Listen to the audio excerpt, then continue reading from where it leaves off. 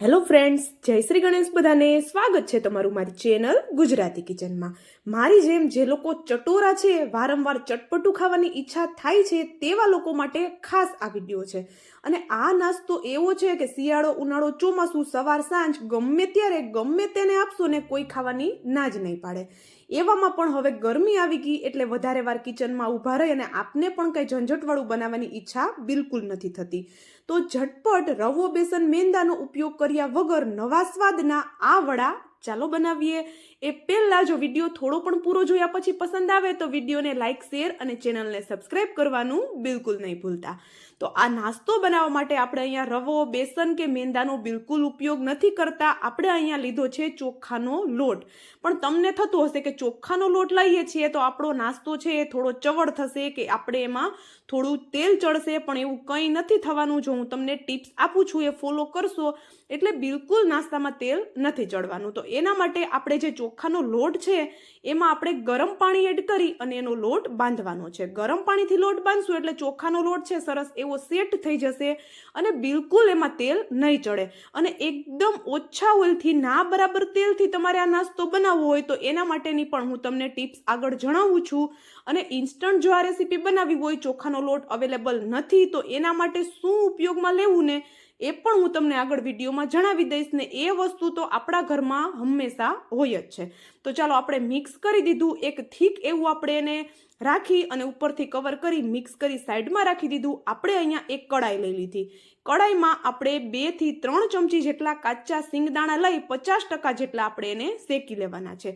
અત્યારે મેં જાડા તળિયાવાળી કડાઈ લીધેલી છે. અહીંયા 50% સિંગદાણા શેકાઈ ગયા પછી અડધી ચમચી જેટલું જીરું, 6 થી 7 જેટલા મરીના દાણા, સાથે અડધી થી 1 ચમચી જેટલી વરિયાળી ચોક્કસ એડ કરજો, ખૂબ સરસ એવો ટેસ્ટ આવે છે. અને 1 ચમચી જેટલા ધાણા એડ કરી દઈએ. હવે કડાઈ છે એ ગરમ છે તો એમાં જ આપણા મસાલા છે સરસ એવા શેકાઈ જશે. તો કોઈ પાતળો તવો કે પાતળી કડાઈ જો તમે લેતા હોય તો ફરી પાછું મસાલા એડ કર્યા પછી ગેસ ઉપર રાખી થોડું તપાવી લેશો તો પણ મસાલા એકદમ સરસ એવા શેકાઈ જશે. હવે મસાલા છે બધા સરસ એવા ઠંડા થઈ ગયા છે તો આપણે અહીંયા એક મિક્સરનું જાર લઈ લીધું. મિક્સરના જારમાં આપણે આ બધી વસ્તુ પલટાવી લઈએ અને હલકી એવી ઠંડી કર્યા પછી જ આપણે એને પલટાવવાની છે. અને આ રીતે આપણે એને દરદરું પીસી લેવાનું છે. તો અહીંયા જોઈ શકો છો તમે દરદરું એવું આપણે એને પીસી લીધું છે. અને આ જે આપણે સિંગદાણા અને બાકીના મસાલાવાળો જે મસાલો બનાવ્યો ને એ આપણે ભજીયામાં એડ કરશું એટલે ભજીયાનો સ્વાદ એટલે નેક્સ્ટ લેવલ જવાનો છે. તો ચાલો હવે મસાલો સાઈડમાં રાખી દીધો અને આપણે અહીંયા ચોખાનો લોટ જોઈ લઈએ. તો જો ચોખાનો લોટ છે ઉપરથી કવર કરેલો હતો અને ગરમ પાણીથી આપણે લોટ બાંધ્યો હતો એટલે વધારે થીક નથી થયો, આપણે જેવો જોઈએ છે ને એવો જ થઈ ગયો છે. તો હવે આપણે એમાં પીસેલા મસાલા એડ કરી દઈએ અને સાથે અહીંયા મેં કાચું મીડિયમ સાઇઝનું બટેટું જેની છાલ હટાવી અને મીડિયમ હોલવાળી ખમણીથી એને ખમણી લીધેલું છે. અને 1 થી 2 પાણી આપણે એને વોશ કરી આ રીતે મુઠ્ઠીવાળી બધું પાણી એનું નિતારી લેવાનું છે. તો જો અહીંયા ખાસ ધ્યાન રાખવાનું છે કે આપણે જે આ બેટર બનાવીએ છીએ કે લોટ બાંધીએ છીએ એ બિલકુલ વધારે ઢીલો ન થવો જોઈએ. સાથે અહીંયા લાંબી કટ કરેલી હું ડુંગળી પણ એડ કરું છું. જો તમે ડુંગળી ન ખાતા હોય તો સ્કીપ કરી શકો છો, પણ જો ખાતા હોય તો ચોક્કસથી એડ કરજો. આવી રીતે પાતળું લાંબુ કટ કરીને ખૂબ જ સરસ એવો એનો સ્વાદ આવે છે. હવે ડુંગળી બટેટાની સાથે આપણે અહીંયા એકદમ બારીક કટ કરેલું લસણ, તીખાસ માટે લીલા મરચાં અને થોડા લીલા ધાણા એડ કરી દઈએ. જો લીલા ધાણા ન હોય તો થોડું બારીક કટ કરેલું પાલક પણ તમે એડ કરી શકો છો, અથવા તો એકદમ બારીક કટ કરેલા મીઠા લીમડાના પાનનો ઉપયોગ પણ તમે કરી શકો છો. અને મરચાંનું પ્રમાણ તમે તમારી રીતે થોડું વધારે ઓછું કરી શકો છો.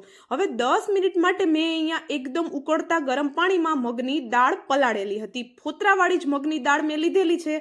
10 મિનિટ માટે માત્ર આપણે એને ઉકળતા પાણીમાં પલાળવાની છે.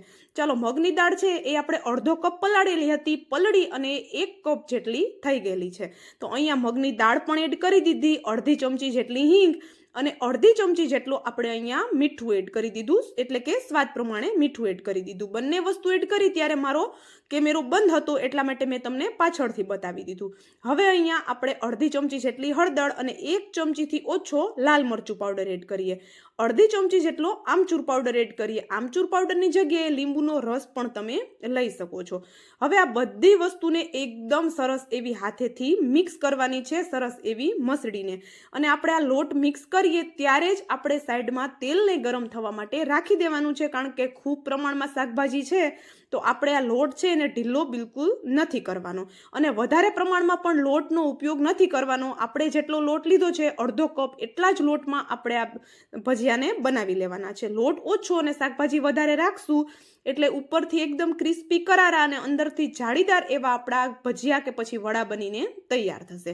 ચાલો, બધું સરસ એવું મિક્સ કરી લીધું અને આગળ મેં તમને કહ્યું કે આપણે જે ચોખાનો લોટ અવેલેબલ ન હોય તો એની જગ્યાએ કાચા જે ચોખા હોય છે, મતલબ આપણા ઘરમાં જે ખીચડિયા કે ગમે બાસમતી ચોખા, એને આપણે 2 થી 3 પાણીથી ધોઈ અને 10 મિનિટ માટે ઉકળતા પાણીમાં પલાળી એકદમ ઓછું પાણી એડ કરી એની પેસ્ટ બનાવી એનો ઉપયોગ પણ તમે કરી શકો છો. એમ પણ એકદમ ટેસ્ટી એવા બને છે.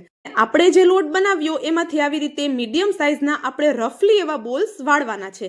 વધારે પ્રેસ કરીને આપણે બોલ નથી વાળવાના, અને જો તમે પહેલી વાર બનાવતા હોય તો આ રીતે પહેલા બોલ્સ વાળી અને રાખી દેજો અને પછી તળશો તો પણ ચાલશે. અને અહીંયા હું તરત જ ગરમ ગરમ તેલમાં તળતી જાઉં છું. તો જો અહીંયા શું કરવાનું છે, તેલ છે એ કેટલું ગરમ કરશું તો તેલ છે એમાં લોટ એડ કરી અને તરત આ લોટ ઉપર આવે એટલું તેલ ગરમ રાખવાનું છે, કારણ કે આપણે ચોખાના લોટનો ઉપયોગ કરેલો છે. તો આપણે એકદમ સરસ એવું તેલ ગરમ થાય પછી આવી રીતે ભજીયા છે એ આપણે પાડી લેવાના છે. આવી રીતે હાથની મદદથી રફલી બોલ્સ બનાવી અને આપણે એડ કરી દેવાના છે. અને ફરી પાછું કહું કે બોલ્સને વધારે પ્રેસ કરીને આપણે નથી બનાવવાના. અહીંયા બધા બોલ્સ છે એટલા એક બેચમાં આવે છે એટલા હું એડ કરી દઉં છું, અને બોલ્સ છે એ હલકા એવા ઉપરથી ક્રિસ્પી થાય એટલે ગેસની ફ્લેમ એકદમ આપણે સ્લો કરી દેવાની છે.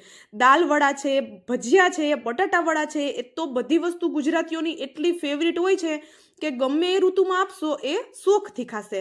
તો એવી જ રીતે આ રેસીપી પણ એકવાર ટ્રાય કરી જુઓ, એટલી ટેસ્ટી લાગે છે કે તમે દાલ વડા અને ભજીયા પણ ભૂલી જશો. તો જો અહીંયા આપણા ભજીયા છે હલકા ક્રિસ્પી થયા એટલે આપણે અહીંયા ગેસની ફ્લેમ સ્લો કરી દીધી. હવે એનો કલર એકદમ ચેન્જ થાય ત્યાં સુધી આપણે એને થવા દેવાના છે. તો અહીંયા આપણા જે વડા છે એનો સરસ એવો કલર ચેન્જ થઈ ગયો છે. તો આપણે એને હવે બહાર કાઢી લેવાના છે. તો ઉપરથી એકદમ ક્રિસ્પી, અંદરથી એકદમ જાળીદાર, બિલકુલ બેસન, રવો કે મેંદાનો ઉપયોગ નથી કરવાનો, નથી દહીં, સોડા કે ઈનોનો ઉપયોગ. જ્યારે પણ કંઈક વધારે બનાવવાની ઈચ્છા ન હોય આ વડા તમે ટ્રાય કરી શકો છો. અને જો ઘરે કોઈ મહેમાન આવી ગયા હોય, કંઈ ન સમજાતું હોય કે શું બનાવીએ, તો મહેમાનને પણ તમે નાસ્તામાં આ આપી શકો છો. તો ચાલો, આપણા ગરમા ગરમ છે એ વડા રેડી છે. તો આપણે એને તેલ નિતારી અને બહાર કાઢી લઈએ. તો એ જ રીતે બધા વડાને મેં તળી લીધેલા છે. તો તમે જોઈ શકો છો, કલર જોઈને જ ખબર પડતી હશે કે આપણા વડા એકદમ ક્રિસ્પી કરારા બની ગયા છે. અને જોઈને જ કોઈના મોઢામાં પાણી આવી જાય ને એટલા બધા ટેસ્ટી ક્રિસ્પી કુરકુરા આપણા વડા તૈયાર છે. તો ચાલો હવે મળશું આવા જ એક નવા વિડીયો સાથે. ત્યાં સુધી જય શ્રી ગણેશ બધાને, and thank you for watching.